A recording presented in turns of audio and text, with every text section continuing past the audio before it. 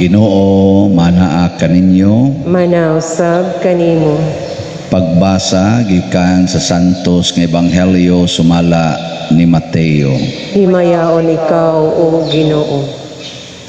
Si Jesus miingon sa iyang mga tinun-an, kung ang imong igsuon makasala kanimo, adtua siya ug pakit-a siya sa iyang sayop. Apan himoa kini nga kamurang duha. Kung mamati siya kanimo, magkauli ang inyong maayong kabubuton. Apan kung siya dili mamati kanimo, pagdalag usa o duha ka tawo aron ang matagsumbong kapamatud-an sa duha o tulo ka saksi sumala sa giingon sa kasulatan. O kung dili gayud siya mamati kanila, isulti ang tanan ngadto sa simbahan.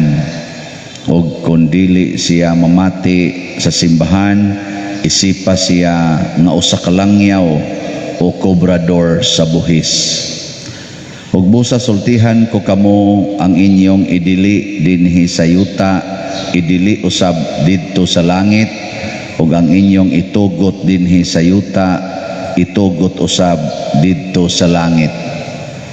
Ug sultihan ko pagayod kamo, kung duha kaninyo dinhi sa yuta magkauyon pagpangayo bisag unsang butanga, kini ihatag kaninyo sa akong amahan nga atua sa langit. Kay kun may duha kun tulo nga magkatigom sa akong ngalan, atua ako uban kanila. Ang Ebanghelyo sa Ginoo. Daigon ikaw o Kristo.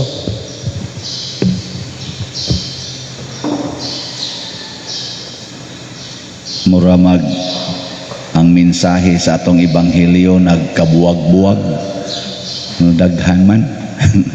Unsa may koneksyon aning pagpakig-uli sa nakasa nimo, unsa may koneksyon aning ngadto sa kinsa tong magkatigom, unsa idili dinhi sa yuta, idili sa didto sa langit nya. Kun dunay duha o tulo magkatigom, na akos taliwala nila. So dinala ni nato siya himuag koneksyon ato na lang ning pamalandungan. Sa unang pagbasa, si Moises gipatay sa Ginoo aron dili siya kasud ngadto sa Promised Land nya. 120 iyang edad pero abtik pa siya kaayo, may pa kay iyang pandungog, iyang mata, lagsik pa gid siya pero gipatay siya sa Ginoo. Ambot og COVID bay gigamit ato pagpatay, nadali ra man sa kaing namatay, igo ra mang nakalantaw ngadto sa unahan sa katong yuta nga gisaad nya, wa siya kasulod. Luoy kay nano kana bitang ingnon ka nga mo na akong gi-promise nimo pero dili na nimo maadto. Kamo ganaon mo sawan mag-uol mo malipay kana bang 40 gid mong paningkamot gisayunan ka atong gibuhat ni Moises gikan pas Ehipto, tabok patong dagat didto pas desierto.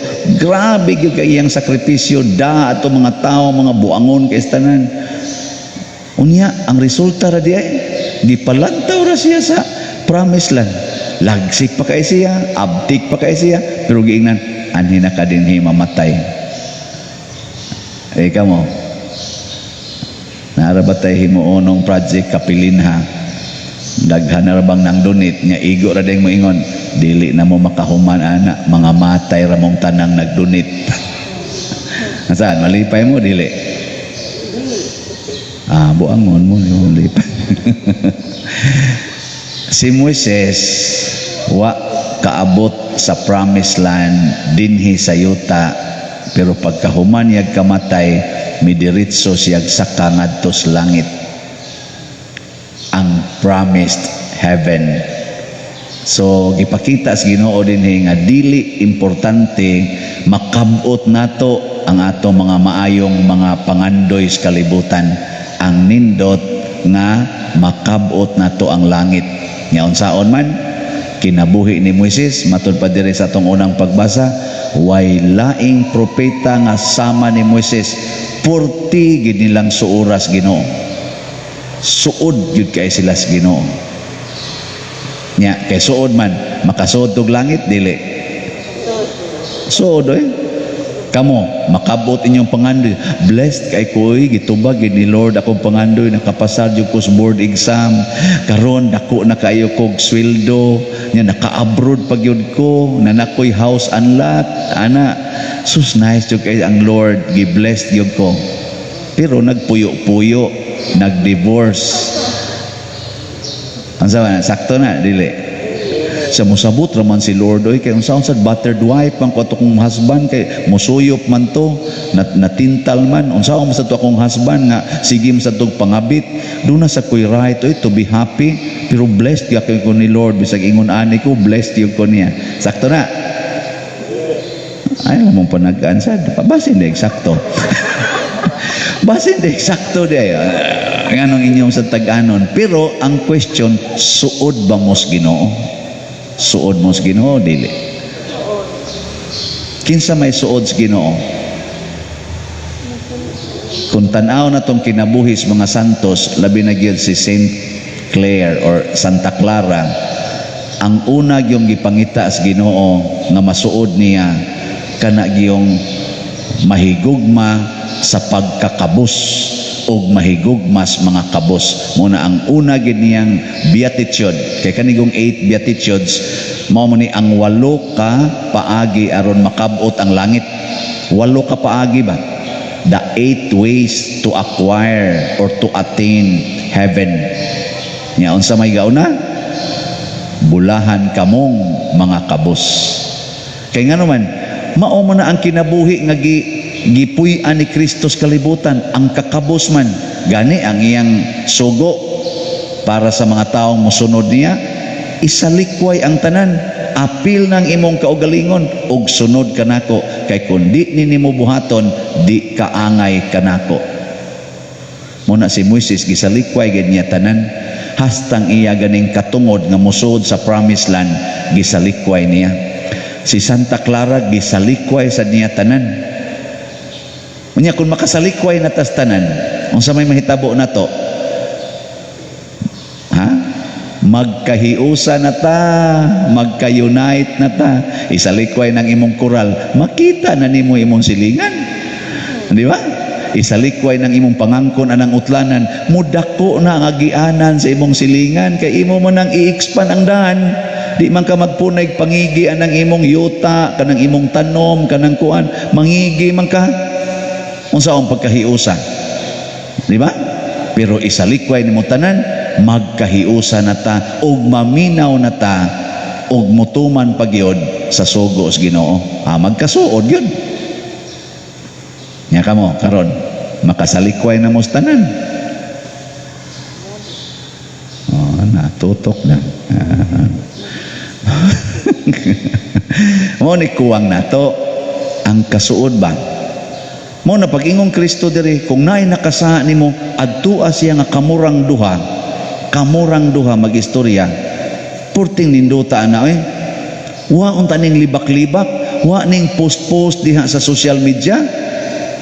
Duula ang tao nga kamurang duha, ingna siya nakasaha kanako, gisakitan ko nimo, pero wa gilaing tao ang imong sultihan ana, kamurang duha. Sa inyong paminaw, duulo nimo ang tao nga kamurag yung duha, wa kay giistoryahan nga lain, magkahiusa mo dili. 99% magkauli gyud mo. Pero imo na guys yan gilibak dito, daghan na kayong taong nasayod, unya ang katapusang masayod siya, bantay ka diha. sinagpaay gid mong tudamak sana. Magpatay pa mo sa dol-duol ka na kung buanga ka, pataka lang kag tabi dito, nasayod si kuan, dito na ko nasayod dito, pataka lang tabi niya. Mingon ka, unsa wa ko magtabi anay. Mingon sa tungod sa bakakon nga, perting gubot.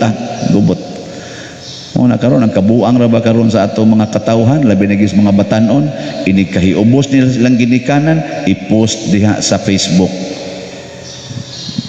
May ratag mga matay mo, ingon nasay mo ingon didtong iyasang kaila, kinsa man aday ada kay bawo na kandaan na share na tunako ni musuna siya bitaw no nya ang gilibak day ang iyang mama,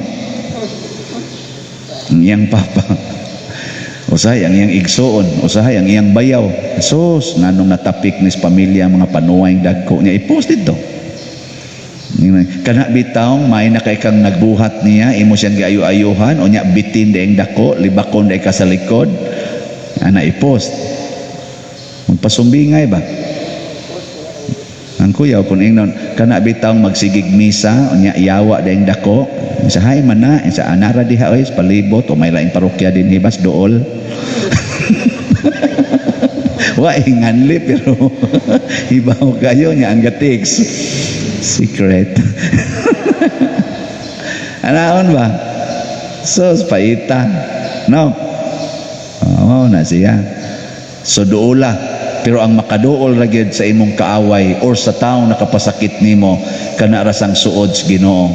So di ta kaduol sa atong isig ka tao kung dili ta suod sa Ginoo. Kung magkarga ta sa atong kaugaligon, di kita kaduol, managana man ta.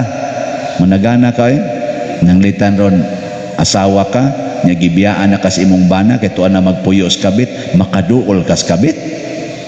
Ha? Makaduol ka nga kamurang duha? Di oy, lami kinang patyon.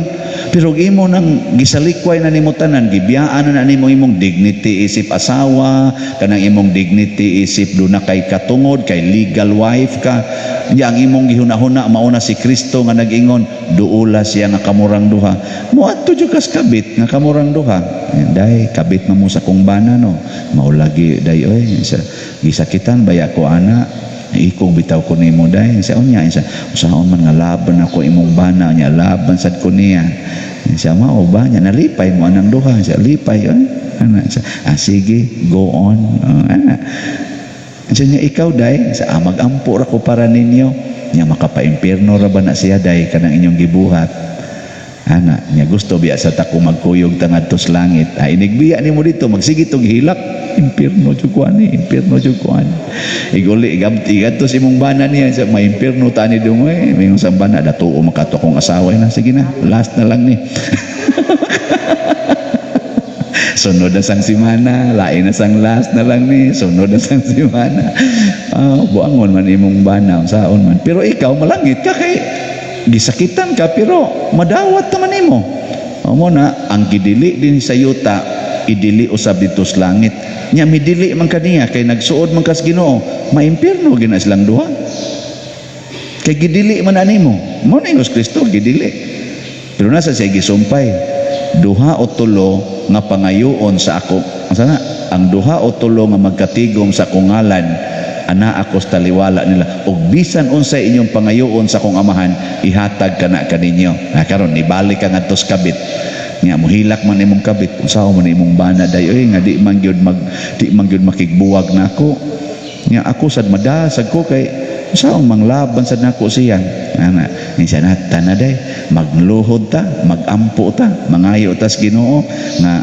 matuman ning atong hangyo nga mahunong na inyong relasyon ampo dayon mo mabangga dito imong bana patay dayon sa tanawa day di ba patay dayon sa kisa pa may lain natong iampo day sa kana nasang pari nga sige gwali sa unsa man sa ngadili unta na matintal sa madre na di dayon matintal kamo man may nagampo di ba kaning ako bangko ana gani kana ganing unsay nga ana kanang drama-drama lang ba pero usay matinood ba yan sige nindog na ta